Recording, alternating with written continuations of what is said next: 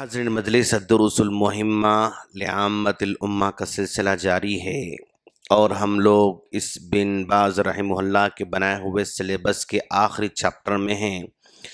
तो कल हम लोगों ने मैयत को गुस्ल देने का तरीक़ा हमने सीखा था, जिसमें हमने आपको तफसील से बताया था, लेकिन उसमें मैयत को सर को मसाह करने का मिस हो गया था।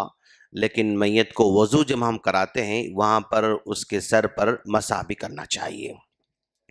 आज हम कफ़न पहनाने जा रहे हैं, कफ़न की अनबॉक्सिंग कर रहे हैं हम लोग। पहले ये देखिए, इस तरह जनरली हमारे हैदराबाद में कफ़न ऐसा लपेट के जो है बांध के पैक बना के जो है दिया जाता है।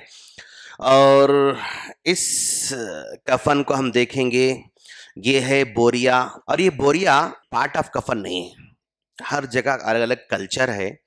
तो हम इस बोरी को जो है तदफीन के मौके पर यूज कर सकते हैं, लेकिन ये बोरिया कफन का हिस्सा नहीं होता है।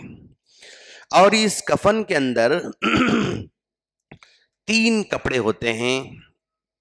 कफन के मर्द के लिए भी 3 ही कपड़े हैं, औरत के लिए भी 3 ही कपड़े हैं, लेकिन औरत के लिए 5 कपड़े का भी तस्करा मिलता है, लेकिन 3 कपड़े भी काफ़ी हैं। इसमें 3 कपड़े जो है रखे जाते हैं, और एक जो है थैली है। इस थैली के अंदर यानी क्या होती है, रुई होती है। ओ माशाल्लाह, ये देखिए, ये रुई का इस्तेमाल कहाँ होता है, जब मैयत को हम लोग वज़ू के दौरान कुल्ली कराते हैं, तो ये रुई को भिगोकर उस रुई के ज़रिए अंदर मुँह जो है मुँह की सफाई होती है। और इस यानी नाक में पानी चढ़ाना है वज़ू के दरमियान, तो इसकी जो है ऐसी बत्ती बना के इसको भिगा के नाक को जो है साफ़ किया जाता है। और इसी तरह अगर मैयत को कोई ज़ख़म लगा हुआ है, खून आ रहा है, तो उस वक़्त जो है इस रुई को जो है वहाँ पर लगा के उसको पट्टी बांधी जाती है। और इसी तरह इस मैयत को जब हम नहलाते रहते हैं और हम पेट उसका दबा दबा के गंदगी निकालते हैं, उसके बावजूद भी बसा औक़ात जो है फिर भी गंदगी निकलते रहती है, तो उस मौके पे और ये जो है रुई पैम्पर के टाइप में वहाँ पर लगा के वहाँ पर भी जो है बांधा जाता है, ताकि गंदगी निकले भी तो रुई को लगे, कफन को ना लगे। अगर कफन को लगे तो गंदा लगेगा, उसको लाना है, ले जाना है, पकड़ना है, तो लोग गंदगी महसूस करेंगे। तो अगर गंदगी निकल रही है तो इस रुई को पेम्पर के टाइप में वहाँ पर यूज़ किया जाएगा, और ताकि उस गंदगी को एक जगह जमा हो जाए और बाहर न लगे, इस रुई का ये मकसद है। अब ये रुई हर जगह नहीं दी जाती है, ये हर एक कफन बेचने वाले के पास अपने पास तरीका है। तो ये अब ऐसे रुई है, अब ऐसे ही कोई कर्नाटक में गया, वो एक कफन रुई नहीं थी, तो परेशान होने की जरूरत नहीं है, अलग से वो रुई ले सकता है। तो इस तरह ये जो थैली बनाई गई है, जब हम स्टार्टिंग में नहलाते हैं, नहलाने के दौरान अपने हाथ से साफ करना पड़ता है, तो ये जो है इस तरह बांध ली जाती है। इस तरह जो है ये पट्टी को बांधकर इस हाथ से जो है गंदगी साफ करना हो, पेट दबाना हो, नीचे साथ धोना हो, करना हो, तो इस तरह ये थैली को यहाँ हाथ पे बांध के नहलाया जाता है। तो इसमें 2 थैलियाँ होती हैं, तो एक आदमी अगर एक ज़्यादा मैली हो गई, इसको निकाल के फिर दूसरी पहन सकता है, या 2 लोग नहला रहे हैं तो वो भी पहन सकता है, मैं भी पहन सकता हूँ। तो इस तरह 2 थैलियों का इस्तेमाल किया जाता है हमारे हैदराबादी कफन की इसमें। अब इस थैली में देखेंगे कि क्या क्या इसमें रखा हुआ है। एक थैली में तो रुई थी, और एक थैली में इसमें देखिए, हाँ, ये साबुन है, मैयत को नहलाने के लिए साबुन भी इसमें रखा गया है। और ये काफूर है, जब हम नहलाते हैं तो जब इसमें से 1 पैकेट 2 पैकेट, यानी काफूर बारीक ही होता है, लेकिन फिर भी उसको ऐसे प्रेस करके उसको यानी पाउडर बना के हम लोग जो नहलाने का पानी होता ना, तो उसमें बेरी की पत्ती तो हम डाले हुए रहते हैं, साथ साथ में 2 ये पैकेट जो है पीस के पाउडर करके पानी में डाल देंगे, तो पानी में खुशबू आना शुरू हो जाएगी। और वो पानी, खुशबू वाला पानी नहलाने के बाद आखिर में जो है पूरी मैयत पर बहा देंगे, तो मैयत हमेशा खुशबू वाली रहेगी। ये काफर का मकसद है।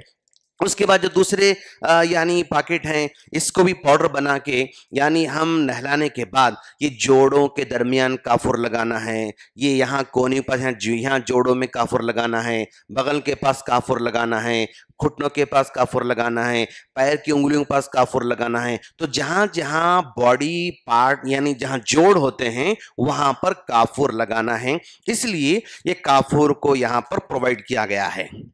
और फिर इसके साथ साथ अब देखेंगे अंदर क्या है। हाँ, ये अतर है और ये भी अतर के बॉटल्स हैं। तो मतलब जो है हम जब नहलाते हैं तो कफन को हम लोग ये अतर भी लगाएंगे, तो अतर से जो है खुशबू रहती है, लिहाजा इसीलिए यहाँ पर अतर को यहाँ पर प्रोवाइड किया गया है।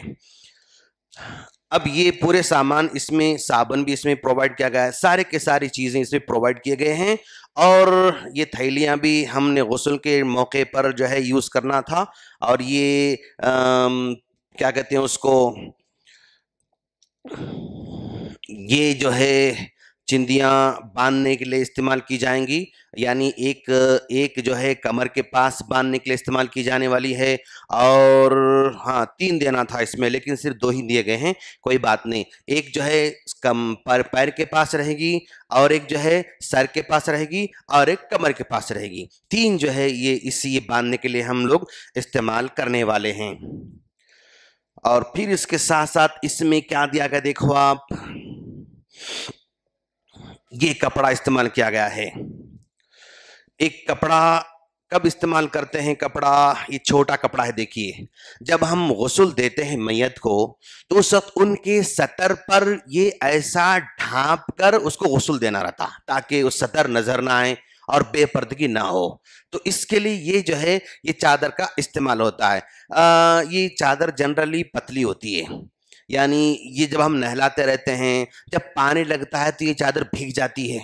ये भीग जाने के बाद फिर बॉडी बाहर नजर आना शुरू हो जाती है।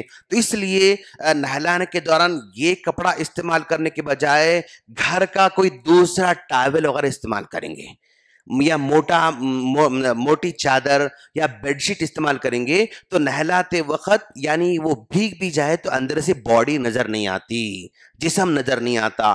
तो ये कपड़ा इस्तेमाल करने के बजाय तौलिया या घर में बेडशीट वगैरह आप उसको उड़ा के नहलाएंगे तो वो बेडशीट भीगने के बावजूद ही बॉडी नजर नहीं आती, टॉवेल भीगने के बावजूद बॉडी नजर आती, तो वो इस्तेमाल करना बेटर है।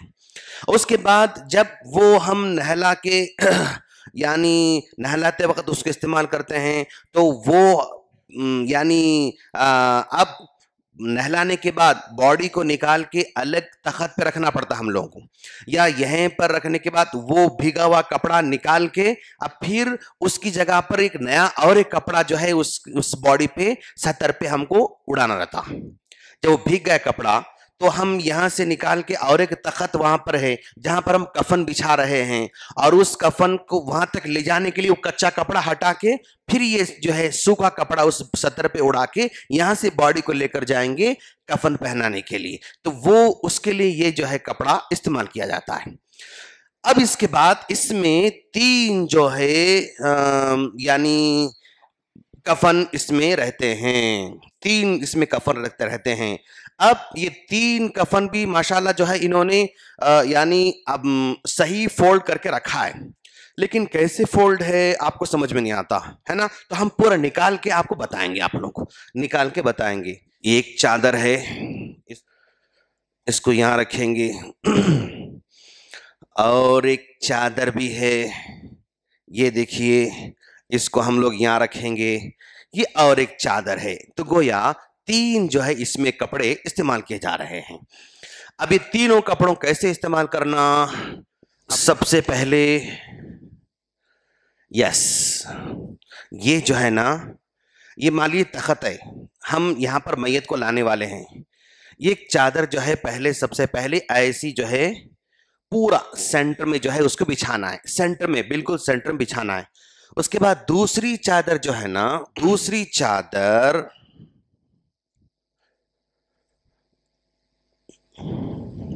जरा राइट साइड, थोड़ा राइट साइड, यस, ये आधी और यहां पर राइट साइड ज्यादा होगा, यस।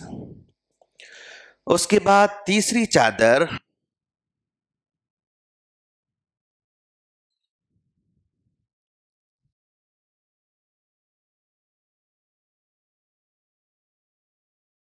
अब ये तीसरी चादर जरा इधर लेफ्ट साइड जो है हटा के ऐसा, तो एक चादर हमने सेंटर में बिछाया, दूसरी चादर जरा हटा के बिछाया, तीसरी चादर उधर हटा के बिछाया। ऐसा क्यों हमने किया कि तीनों भी अगर हम सेम लिटाएंगे तो बस आपका बॉडी अच्छी हैवी होती है, तो एक ही कपड़ा पूरी बॉडी को लपेट नहीं सकता है।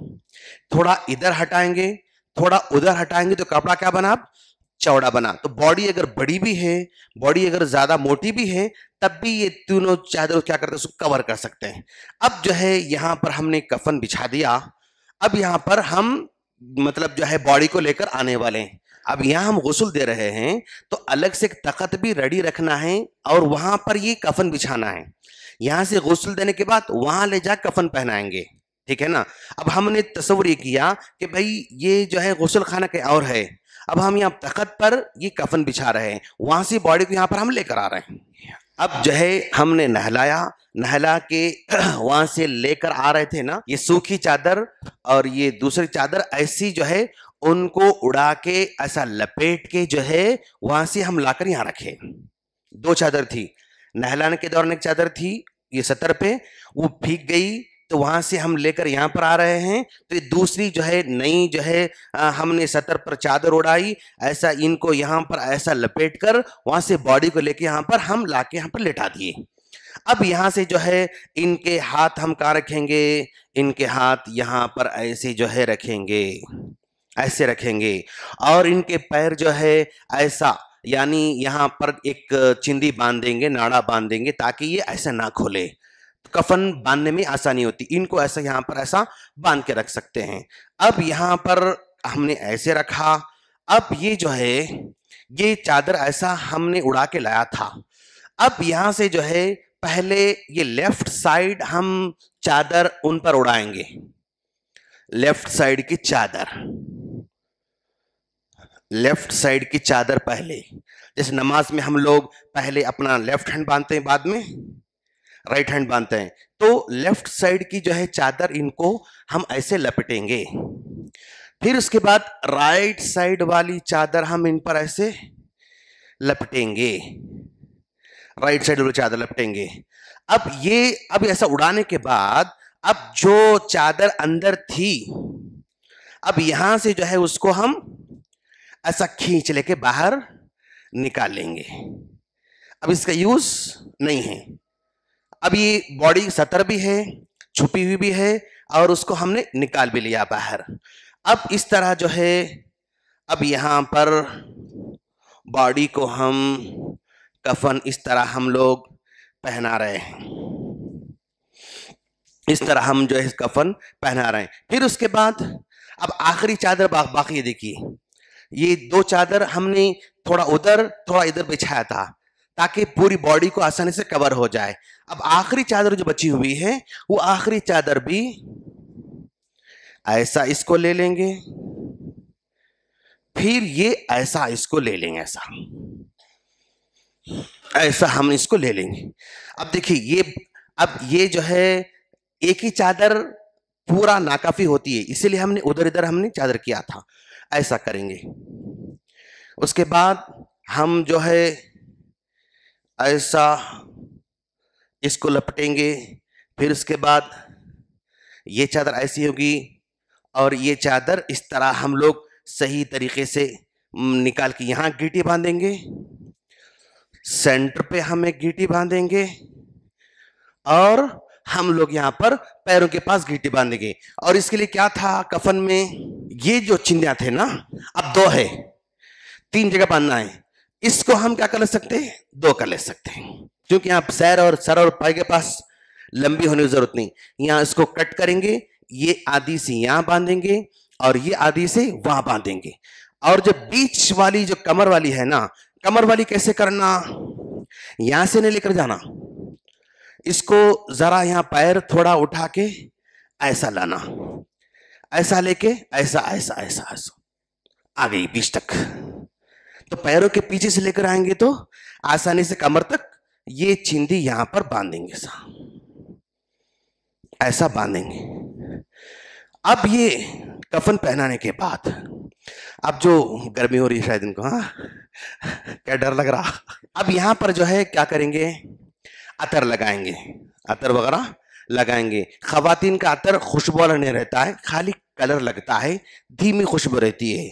मर्दों वाला खुशबू यानी उसमें खुशबू फैलने वाली होती है। तो यहाँ पर ले जाके अब चेहरा देखने का है, तो जनरली गुस्ल देने के बाद फौरन भी दिखा सकते हैं, नमाज से पहले भी दिखा सकते हैं, नमाज के बाद भी दिखा सकते हैं, कोई हर्ज की बात नहीं। लेकिन जितना जल्द हो सके गुस्ल के बाद फौरन नमाज पढ़ना चाहिए, नमाज के बाद फौरन हमें तदफीन को लेकर जाना चाहिए। इस तरह यानी ये हम कफन पहनाने का तरीका है। और हम जना डोले में रखेंगे तो सर की तरफ से आगे बढ़ेंगे, सर की तरफ से आगे बढ़ेंगे। तो देखिए इस तरह कफन पहनाने का तरीका है, बहुत आसान है, इजी है, उसमें कोई प्रॉब्लम की बात नहीं। बाहर से बुला के लाना, लोगों को लेकर आना जरूरी नहीं है। हर आदमी अपने अपने घर में जो भी इंतकाल करता है खुद कर ले सकता है। अल्लाह से दुआ है अल्लाह हम तमाम को दीन को आसानी समझ के उस पर अमल की तौफीक अता फरमाए। आमीन। अस्सलाम वालेकुम व रहमतुल्लाहि व बरकातुहू।